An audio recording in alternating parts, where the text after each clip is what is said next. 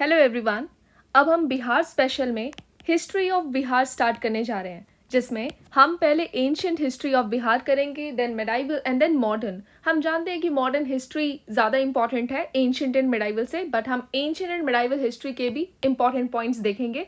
और ये देखिए, इसमें आपको जो भी कंटेंट मिलेगा वो सबका सब इम्पॉर्टेंट ही होगा और पॉइंट्स फॉर्मेट में है। मतलब यहाँ पे सिर्फ आपको इम्पॉर्टेंट पॉइंट्स है और वो आपके लिए सफिशेंट रहेगा।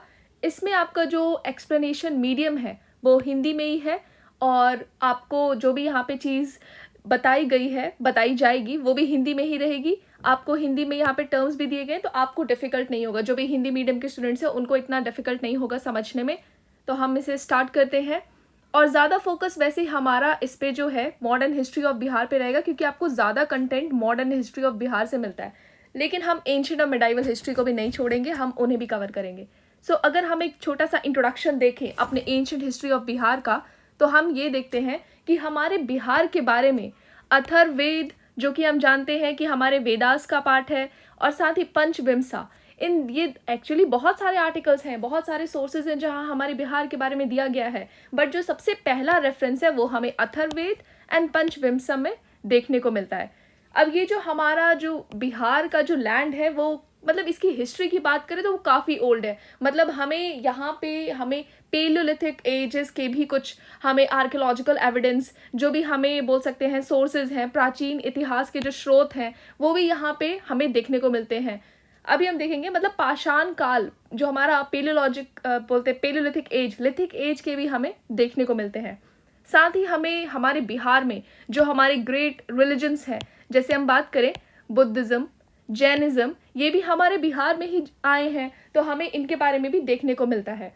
और साथ ही हमारे बिहार में बोल सकते हैं पहला रिपब्लिक स्टेट भी देखने को मिलता है। इन सब के बारे में हम डिटेल में पढ़ेंगे, ये जस्ट एक ब्रीफ इंट्रो है।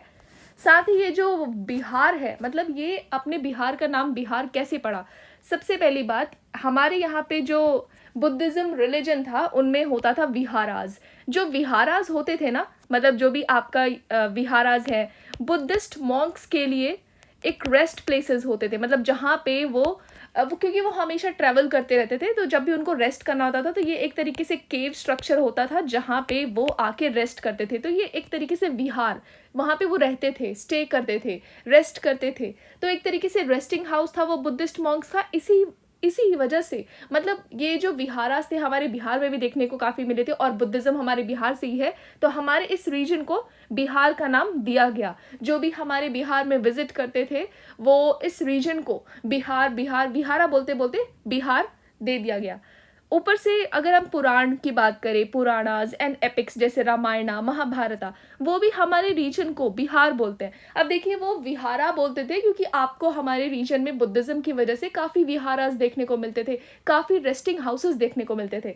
तो इसी वजह से हर जगह कोई भी हम एपिक्स की बात करें, पुराणाज की बात करें, या फिर जो भी हमारे यहाँ पे फॉरेन टूरिस्ट आते थे, ह्वेनसांग, फाहेन एट्सेट्रा, वो सब के सब इस रीजन को विहारा बोलते थे, और धीरे धीरे बिहार से ये बिहार के नाम से जानने लगा। तो हम जो है अपने बिहार का नाम इस तरीके से जानते हैं कि किस तरीके से पड़ा है। अब साथ ही जो मुस्लिम इन्वेडर्स थे वो भी इस रीजन को बिहार बोलने लगे। तो जो भी इन्वेडर्स थे जैसे बाख्तियार खिलजी वगैरह, तो वो भी इस रीजन को बिहार बोलने लगे।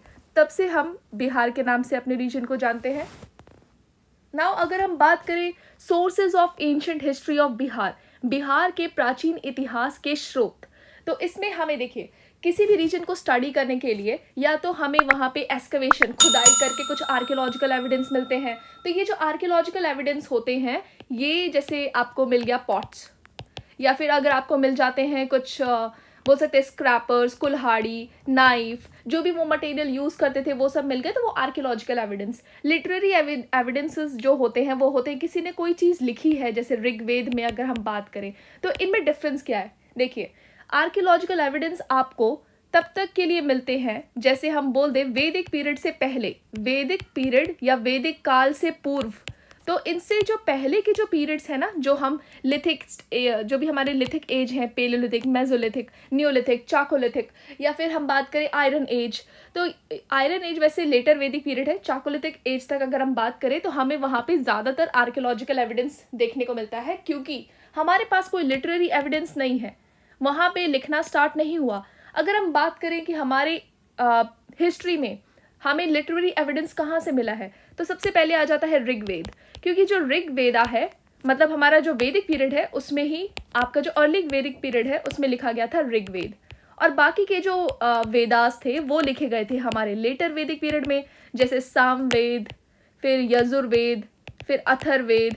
तो ये जो हमारा लिटरेरी एविडेंस है वो हमारे वैदिक पीरियड से स्टार्ट होता है। तो वैदिक पीरियड से पहले के जो भी एविडेंस है वो हो गए आर्कियोलॉजिकल एविडेंस। तो हम खुदाई करते हैं तो हमें कुछ एविडेंसेस मिलते हैं, तो हमें पता चलता है हमारे हिस्ट्री के बारे में। फॉर एग्जाम्पल, अब ये सारे एग्जाम्पल्स हैं, तो अब ये एग्जाम्पल्स देखेंगे।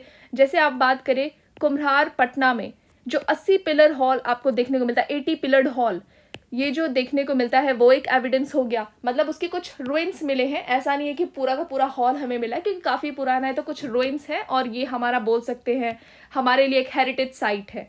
तो ये हमारा आर्कियोलॉजिकल एविडेंस है जिससे हमें पता चलता है कि इस तरीके का कोई पिलर होता था, और वहाँ पे कुछ हमें इंस्क्रिप्शंस देखने को मिलते हैं। साथ ही देखिए आपको इंस्क्रिप्शन से पता चलता है कि कुम्हार में एक हॉल है, वो हमारे मौर्यन एम्पायर का है, तो अशोका ये सब से रिलेटेड है। तो ये सारी चीज़ें आपको इसके बारे में, इस जगह के बारे में जानकारी देती है। तो ये आर्कियोलॉजिकल एविडेंस। दूसरा हो गए कुशाना पीरियड में मॉन्यूमेंटल बिल्डिंग्स, जो कि हमें चिराड़ में देखने को मिलते हैं। टेराकोटा ह्यूमन फिगरीन्स, ये हमें बक्सर और पटना में मिलती हैं। उसके बाद ही जो हम ये एक्सकवेशन का काम है, ये नालंदा में, अभी हमने न्यूज़ में भी पढ़ा था कि हमें नालंदा विहारा के पास भी हमें 1200 ईयर ओल्ड कुछ आर्कियोलॉजिकल आर्टिफैक्ट्स मिले हैं। साथ ही साथ हमें यहाँ पे विक्रमशिला यूनिवर्सिटी के पास भी, मतलब बहुत सारी चीज़ें चलती रहती हैं। हमने करंट अफेयर्स में भी देखा है, तो आप वहाँ जाके देख सकते हैं। तो ये जो है हम यहाँ पे जब एक्सकवेशंस करते हैं तो हमें पता चलता है कि ये जो बुद्धिस्ट आर्किटेक्चर्स हैं, बुद्धिस्ट श्राइन्स हैं, ये सारे पाला पीरियड के हैं, गुप्ता पीरियड के हैं, और ये बुद्धिज़्म से कैसे रिलेटेड है, क्या क्या चीज़ें हमें वहाँ पे मिलती है। तो ये सारे हमें आर्कियोलॉजिकल एविडेंसेस है जो बताते हैं इन सब के बारे में। अशोकन इंस्क्रिप्शंस, जैसे लौरिया अरेराज, लौरिया नंदनगढ़, लौरिया रामपूर्वा, ये सारी जो चीज़ें हैं ना, ये आपको, जैसे लौरिया अरेराज, लौरिया नंदनगढ़ एंड रामपूर्वा, ये आपको इंस्क्रिप्शंस बताती हैं अशोकन पीरियड के बारे में। उनके इंस्क्रिप्शन से हमें काफ़ी कुछ पता चलता है। तो ये सारे हो गए आर्कियोलॉजिकल एविडेंस। एंड ये सारे जो है अशोकन इंस्क्रिप्शंस या तो ये ब्राह्मी स्क्रिप्ट में लिखे हुए हैं या फिर ये प्राकृत लैंग्वेज में लिखे हुए हैं। तो ये सारी चीज़ें हमें अशोका पीरियड के बारे में बताती है। साथ में जो कॉइन्स है, कॉइन्स भी मेजर रोल प्ले करते हैं हमें किसी भी, बोल सकते हैं किसी भी रूलर या फिर उस डायनेस्टी के बारे में बताते हैं। जैसे गुप्ता डायनेस्टी के बारे में बताएगी, कुशाना एम्पायर के बारे में बताएगी। तो कॉइन से हमें जो कुछ कॉइन्स हैं वो हमें गुप्ता पीरियड के मिले हैं, कहाँ पे, हाजीपुर वाले रीजन में मिले हैं। कुशाना एम्पायर के कुछ कॉइन्स हमें देखने को मिले हैं बक्सर एंड चिरांड। तो ये सारे देखिए फैक्ट्स ज़्यादा नहीं है और इतना आपके लिए सफिशिएंट है। आप इतना जाने आपके पास, जैसे आप लोग जैसे निगलेक्ट भी करते हैं एंशिएंट हिस्ट्री को, तो आप ये वीडियोस देख के अपना कंप्लीट कर सकते हैं, क्योंकि ज़्यादा इंपॉर्टेंट पार्ट तो आपके लिए मॉडर्न हिस्ट्री ऑफ बिहार है, बट आप इन चीज़ों को पढ़ के जाएंगे तो आपके लिए सही रहेगा। लिटरेरी एविडेंस, जैसे कि मैंने बताया लिटरेरी आपका जो है वैदिक पीरियड से स्टार्ट होता है। तो सबसे पहले आ गया हमारे पास वैदिक लिटरेचर। वैदिक लिटरेचर में हमारे ऋग्वेद, सामवेद, यजुर्वेद, अथर्ववेद, तो ये हो गए वैदिक लिटरेचर। उसके बाद आपको देखने को मिलते हैं Puranas, epics like Ramayan and Mahabharata, and then Buddhist literature जिसमें हम दीपवंसा, महावंसा, दिघ निकाय एटसेट्रा, इन सब के बारे में हम इन सब से हमें पता चलता है हमारे बिहार के बारे में। जैन लिटरेचर, तो इन सब के बारे में हमें पता चलता है। जैसे आप देखेंगे वैदिक लिटरेचर। अगर हम वैदिक लिटरेचर की बात करें तो जो हमारा ऋग्वेद है, जो कि अर्ली वैदिक पीरियड और बोल सकते हैं हमारे वैदिक काल में, जो पूर्व वैदिक काल है, उसमें जो लिखा गया है वो है ऋग्वेदा। एंड जो ऋग्वेदा है वो हमारे बिहार के रीजन को किस नाम से बताता है, किकट। एंड जो लोग हैं जो इस किकट में रहते हैं उन्हें क्या बोला जाता है, व्रत्याज। तो ये जो है ऋग्वेद, अब देखिए ऋग्वेद में ना काफ़ी सारे रीजन के नाम डिफरेंट मतलब अलग अलग नामों से जाना जाता है। जैसे हमारे बिहार को किकट के नाम से जानते थे, और साथ ही साथ जो लोग थे उन्हें व्रत्याज बोला जाता था। सो ऋग्वेद में the region of Bihar was known as Kikata and the people were known as Vratyas. ऐसा बोला जाता था कि ये जो व्रत्यास थे और ये जो किकट रीजन है ये मगधा के फोर फादर्स थे। तो हम जानते हैं कि मगध रीजन हमारे बिहार में ही आया है, तो मगध रीजन से पहले यहाँ पे व्रत्यास रहते थे। और अगर अपने बिहार का अर्लीस्ट रेफरेंस, तो ये तो हमने स्टार्टिंग में ही देख लिया था, अथर्ववेद में दिया हुआ है, पंचविंसा ब्राह्मणा में दिया हुआ है। हमारे बिहार का सबसे पहला रेफरेंस अथर्ववेद में दिया हुआ है, ये चीज़ हमने पहले ही देख लिया था। अब चलिए आपको यहाँ पे एक स्टोरी के रूप में बताया जाता है कि बिहार में हमारे कौन कौन से एजेस मिलते हैं। तो बिहार में पहले तो आपको यहाँ देखने को मिलता है लिथिक एजेस। लिथिक एजेस में आपके आ गए paleolithic, mesolithic and neolithic, and then we have this chalcolithic, और उसके बाद आपको देखने को मिलता है आयरन एज। अब यहाँ बीच ये जो आयरन एज है ना, ये है लेटर वैदिक पीरियड, मतलब अर्ली वैदिक पीरियड भी है बट लेटर वैदिक पीरियड में आपका ज़्यादा इंपॉर्टेंट है, जब क्योंकि लेटर वैदिक पीरियड में आ जाते हैं आर्यंस। तो जो ये आर्यंस हैं ये या तो आते हैं सेंट्रल एशिया से, मतलब ऐसा बोला जाता है central Asia and southern Russia. ये जो थेरी है सेंट्रल एशिया और सदर्न रशिया की, कि मतलब आर्यंस जो है सेंट्रल एशिया सदर्न रशिया से आए, ये किसने दी थी? ये दी थी मैक्स मिलर ने। और अगर हम बात करें हमारे बाल गंगाधर तिलक जी ने कहाँ से बोला था कि आर्यंस कहाँ से आए हैं? आर्यंस आए हैं हमारे आर्कटिक से। But the most accepted theory, सबसे ज़्यादा एक्सेप्टेड थेरी कौन सी है? कि जो आर्यंस हैं वो आए हैं सेंट्रल एशियन और सदर्न रशियन से। सो हम बात कर रहे थे कि हमारे बिहार में लिथिक एजेस के तो हमने देख लिए कि हमें क्या क्या, हमें आर्टिफैक्ट्स, आर्कियोलॉजिकल एविडेंसेस, क्या क्या चीज़ें मिली हैं जिससे हमारे बिहार के बारे में पता चलता है। बट अभी हम डिटेल में देखेंगे, हम अपने पेलियोलिथिक एज में जो जो टूल्स मिले हैं, कहाँ कहाँ मिले, उन्हें डिटेल में स्टडी करेंगे। ये बस एक स्टोरी बताया जा रहा है कि आप अपने बिहार के बारे में क्या क्या पढ़ेंगे। तो देखिए, पेलियोलिथिक एज, मेसोलिथिक, नियोलिथिक, चाकोलिथिक।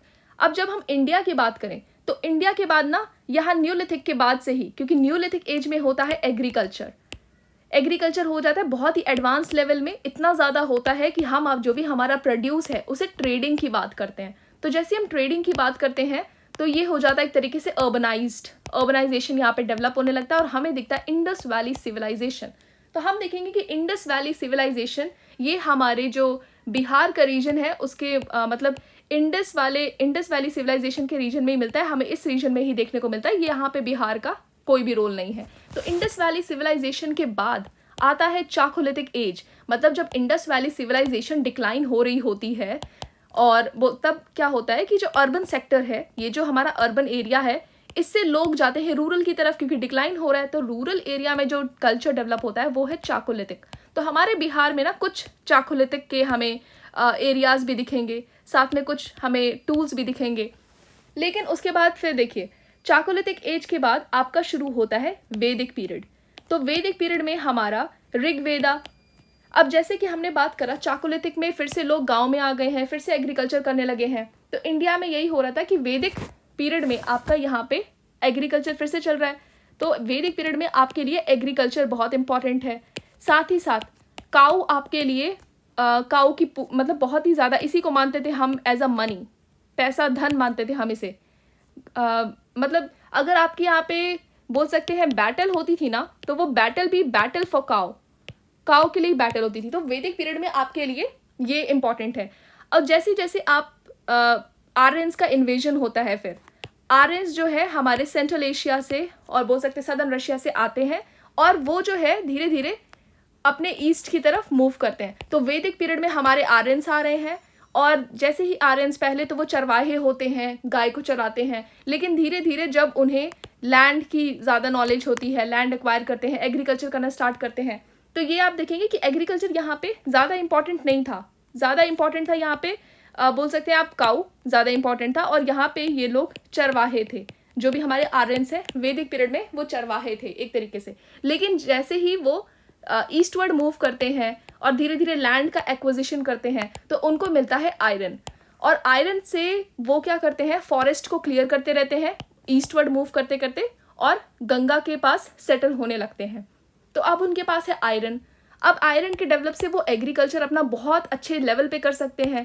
तो अब उनके लिए काऊ ज़्यादा इंपॉर्टेंट नहीं है। लेटर वैदिक पीरियड में इनके लिए काऊ इंपॉर्टेंट नहीं है, इनके लिए इंपॉर्टेंट है एग्रीकल्चर। और फिर यही हमारे जो आर्यंस है हमें दिखेंगे महाजनपदास के रूप में। तो हमारे बिहार से ही ये सब कुछ स्टार्ट होता है। मतलब आप देखेंगे कि ये जो आर्यंस थे ये आए तो थे चरवाहे के रूप में, लेकिन धीरे धीरे ये चरवाहे से बन जाते हैं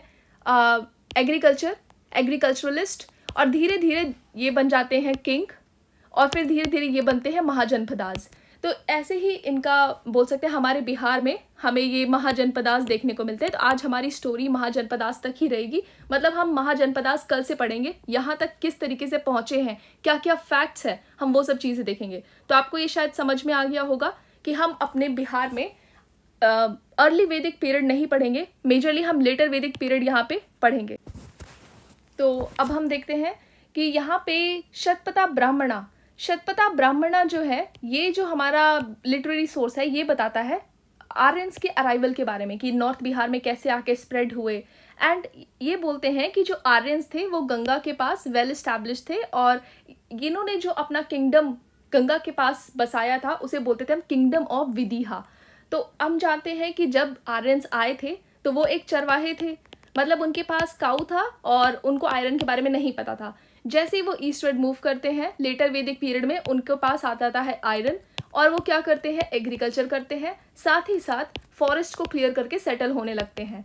तो फिर उसी तरीके से वहाँ पे वो जैसे ही सेटल होते हैं, जो भी अपनी सिविलाइजेशन इस्टेब्लिश करते हैं, उसे हम बोलते हैं किंगडम ऑफ विदिहा। और यही आर्यन है जो आगे चल के 16 महाजनपद के बाद मगध के रूप लेंगे, और फिर मतलब यहीं से आपका किंगशिप डेवलप होता है। हम एक्चुअली ये बिहार की हिस्ट्री पे फोकस कर रहे हैं, तो हम जो सेंट्रल लेवल पे मतलब जो हमारा इंडियन हिस्ट्री है उसमें जो वैदिक पीरियड है, ऋग वैदिक और अर्ली लेटर वैदिक, इनके बीच में हम क्लियर डिफरेंस नहीं करेंगे। मतलब जैसा कि हम जानते हैं कि ऋग वैदिक पीरियड में हमारा बहुत सारे फैक्ट्स हैं। ऋग वेदा में there was no clear difference in varnas. इसका मतलब है कि जो भी किसी भी वर्ण का व्यक्ति कोई भी काम कर सकता है। जैसे आप जानते हैं कि लेटर वैदिक पीरियड में ये जो है थोड़ा डाइल्यूट हो गया था, और लेटर वैदिक पीरियड में आपका 4 वर्णास दिए गए थे, और ये दिए गए थे हमारे 10th मंडल में। 10th मंडल, टोटल 10 मंडल्स है, 10th मंडल में दिए गए थे। और ये जो 4 वर्ण के बारे में दिया गया था, मतलब ये जो 4 वर्ण थे ये बहुत ही ज़्यादा स्ट्रिक्ट थे, और ये कोई भी एक वर्ण का व्यक्ति दूसरे वर्ण में नहीं जा सकता था। और जो ऋग्वेदा पीरियड था, ऋग्वेद पीरियड में क्या था कि जो भी हमारा वर्ण सिस्टम था, ऐसा था कि 4 वर्ण के लोग एक परिवार के हो सकते थे। मतलब आप यहाँ जाने तो जैसे कि अगर कोई एक फैमिली मेंबर है, वो अगर एक वर्ण का है, उनका बेटा दूसरे वर्ण का भी हो सकता है। तो ये था काम के बेसिस पे, आपको जो वर्क अलॉट हो रहा है, जो आप काम कर रहे हैं, उस बेसिस पे आपका वर्ण डिसाइड होता था। लेकिन जैसे ही आप लेटर वैदिक पीरियड में जाते हैं, जब लोगों को वहाँ पे आयरन मिल गया है, किंगशिप की, किंग बनने की हो रही है, वहाँ पे किंग्स आ रहे हैं, वहाँ पे लड़ाइयाँ हो रही हैं फॉर लैंड। पहले काऊ के लिए होती थी पर अब लैंड के लिए हो रही है। तो यहाँ पे जो है आपका पावर की बात आती है। तो यहाँ पे बर्थ के बेसिस पे आपको on the basis of birth आपका जो भी वर्ण है वो डिसाइड कर दिया जाता है, हेरिडिटरी हो जाता है। तो ये सारी चीज़ें हैं लेटर वैदिक पीरियड में। लेटर वैदिक पीरियड से ही जो हम मतलब अर्ली वैदिक पीरियड तक सब कुछ सही था, सब कुछ अच्छा था। लेटर वैदिक पीरियड में थोड़ा सा ये जो है रूलिंग कंसेप्ट आने लगता है, रूलर्स आने लगते हैं, और धीरे धीरे महाजनपदास एंड फिर मगध ये सब डेवलप होता है। अगर हम बात करें बुद्धिस्ट लिटरेचर, ये भी बहुत इंपॉर्टेंट सोर्स है हमारे बिहार के बारे में जो बताता है। ज़्यादातर ये जो है आपको पाली लैंग्वेज में दिखेंगे। और ये जो बुद्धिस्ट लिटरेचर है, अब जब बुद्धिज़्म का जन्म ही हमारे बिहार में हुआ है, तो ये हमारे बिहार के बारे में बताई गई। साथ ही 6th सेंचुरी BC जब हमारा महाजनपदास आते हैं, 600 BC से लेके मौर्यन एम्पायर तक, ये पूरा क्लियर इन्फॉर्मेशन देता है हमारे बिहार के बारे में। तो हमें यहाँ से इंपॉर्टेंट बोल सकते हैं अपने बिहार के बारे में, ये एक इंपॉर्टेंट सोर्स है। देन कुछ जैसे बुद्धिस्ट लिटरेचर अंगुत्तर निकाया, दिग्घ निकाय, Vinaya Pitaka, Divyavadana, these are some important literary sources जो हमारे बिहार के बारे में बताते हैं। तो ये दिव्य वंदना है, ये तो शुंगा डायनेस्टी के बारे में बताता है। तो ऐसे करके बहुत सारी डायनेस्टी है जो ये सारे लिटरेचर्स हमारे बिहार के बारे में बताते हैं। उसके बाद है जैन लिटरेचर। जैन लिटरेचर में कुछ टेक्स्ट हैं जैसे Theravali, Bhagavati Sutra. These are famous for depicting the history of ancient Bihar again. जैसे थेरावाली की अगर बात करें तो ये कल्प सूत्र का एक पार्ट है जो कि हमें उन जगहों के बारे में बताता है जहाँ पे महावीर जी ने अपना टाइम स्पेंड करा था। तो ये जो थेरावाली है ये हमें कुछ प्लेसेस के बारे में बताएगा जहाँ महावीर जी ने अपना टाइम स्पेंड करा था, और ये प्लेसेस हमारे बिहार में होंगे, तो इससे हमें बिहार के बारे में पता चलता है। देन उसी तरीके से भगवती सूत्र, ये जो है हमें इससे जो भी हमारे वैशाली लिच्छावीस थे वैशाली के, उनके बारे में पता चलता है। और ये जो कल्प सूत्र है एंड दिस परिशिष्ट पर्वन, ये हमें चंद्रगुप्त मौर्य के बारे में बताते हैं। अब ये कुछ फैक्ट्स आप देखेंगे, ये डायरेक्ट फैक्ट्स हैं और ये आपके लिए इंपॉर्टेंट एग्जाम के लिए। जैसे अर्थशास्त्र, इनसे भी हमें हमारे बिहार के बारे में काफ़ी कुछ पता चलता है, क्योंकि ये मॉडर्न एडमिनिस्ट्रेशन के बारे में बताएगा। तो ये जो अर्थशास्त्र है ये किसने लिखी है? चाणक्य ने, जिसे हम विष्णुगुप्त भी बोलते हैं। तो इन्होंने ये लिखी है अर्थशास्त्र। ये हमारे जो मॉडर्न एडमिनिस्ट्रेशन था मॉडर्न एम्पायर का, उसके बारे में बताता है। मॉडर्न एम्पायर की इकोनॉमी, फॉरेन अफेयर्स, इन सब के बारे में हमें ये अर्थशास्त्र बताता है। देन मेगास्थनीज इंडिका, ये जो बुक है मेगास्थनीज इंडिका किसने लिखी है? मेगास्थनीज ने। तो ये जो थे हमारे बोल सकते हैं एम्बेसडर थे, ये हमारे चंद्रगुप्त मौर्य एम्पायर, बोल सकते हैं मौर्यन एम्पायर में ये एम्बेसडर थे। इन्होंने पाटलिपुत्र के एडमिनिस्ट्रेशन के बारे में बताया है इस बुक में। तो ये भी बुक हमारे बिहार के बारे में एक मैसेज देती है। देन मुद्र राक्षस, ये जो है विशाखादत्ता ने ये लिखी है, और इसमें किस तरीके से चंद्रगुप्त मौर्य ने Dhanananda, the last ruler of the Nanda dynasty, उनको हरा के किस तरीके से मौर्यन एम्पायर का स्टैब्लिशमेंट करा था, उसके बारे में इस बुक में बताया गया है। देन अथर्ववेद, अथर्ववेद ये जो है बोल सकते हैं book of spells and charms, medicine एक तरीके से बोलते हैं। इसमें ये जो अथर्ववेद है इसे किसने लिखा है? ऋषि अथर्वना एंड अंगिरासा। ये इसमें हमारे हिंदुस्तान के स्क्रिप्चर्स, अंग और मगध के बारे में भी बताया गया है। देन ये सीयू की ये जो बुक है ह्यूएनसांग और ज़ुआनज़ंग, आप जिस नाम से बोले, ये हमारे नालंदा यूनिवर्सिटी के बारे में बताती है। तो ये हमने कर लिए कुछ सोर्सेज, और ये डायरेक्ट क्वेश्चन आपसे पूछ सकते हैं कि ये बुक्स किसने लिखी हैं, ये जो लिटरेरी सोर्सेज है किसने लिखी है। अब हम चलेंगे हमारे इम्पॉर्टेंट पार्ट की तरफ जो हम करने वाले हैं, एंशिएंट हिस्ट्री ऑफ बिहार। मतलब अब तक आपका सिर्फ इंट्रोडक्शन ही था, अब हम देखेंगे इंपॉर्टेंट प्लेसेस कि कौन कौन से सोर्सेज हमारे कौन कौन सी जगह पे मिलते हैं, और ये यहाँ से आपको हर एक चीज़ याद होनी चाहिए, ये इंपॉर्टेंट है। तो हमारा जो प्री हिस्ट्री ऑफ बिहार है ये 3 पार्ट्स में डिवाइडेड है, पेलियोलिथिक, मेसोलिथिक, नियोलिथिक। हम इन तीनों पीरियड्स के बारे में पढ़ेंगे। सबसे पहले है पेलियोलिथिक पीरियड, जिसे हम ओल्ड स्टोन एज भी बोलते हैं, पूर्व पाषाण काल।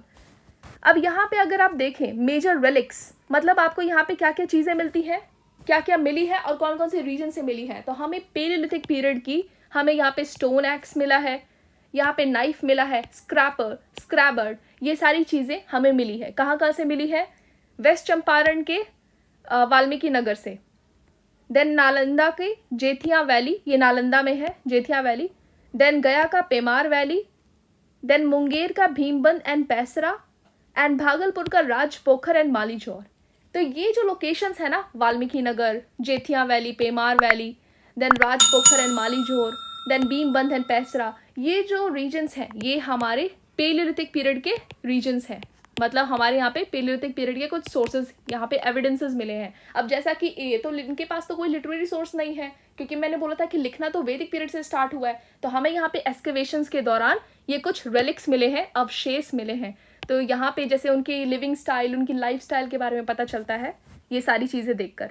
उसके बाद है नेक्स्ट मेसोलिथिक। मेसोलिथिक में टेंशन की बात ही नहीं है। मेसोलिथिक पीरियड में सिर्फ आपको मुंगेर याद रखना है, क्योंकि ज़्यादातर आपको जो ये रिमेन्स है ना, ये सिर्फ मुंगेर डिस्ट्रिक्ट से मिले हैं बिहार के, इन विच आपको शार्प वेपन्स, नुकीले बोल सकते तेज़ हथियार देखने को मिले हैं, तेज़ नोक वाले औजार मिले हैं, पॉइंटेड टूल्स जो कि पत्थर के बने हुए हैं, वो आपको देखने को मिलते हैं। मेसोलिथिक पीरियड में आपको ये याद आ रहा होगा कि यहाँ पे जो टूल्स का साइज़ है छोटा हो जाता है, क्योंकि यहाँ पे जो एनिमल्स हैं वो भी छोटे मिलते हैं। तो हंटिंग जो है छोटे एनिमल्स की करने के लिए हमें माइक्रोलिथ्स की ज़रूरत पड़ती है। तो माइक्रोलिथ्स आपका मेसोलिथिक पीरियड में आता है। साथ ही साथ यहाँ पे डोमेस्टिकेशन भी होता है एनिमल्स का, और यहाँ पे जो क्लाइमेट है थोड़ा सा वार्म हो जाता है।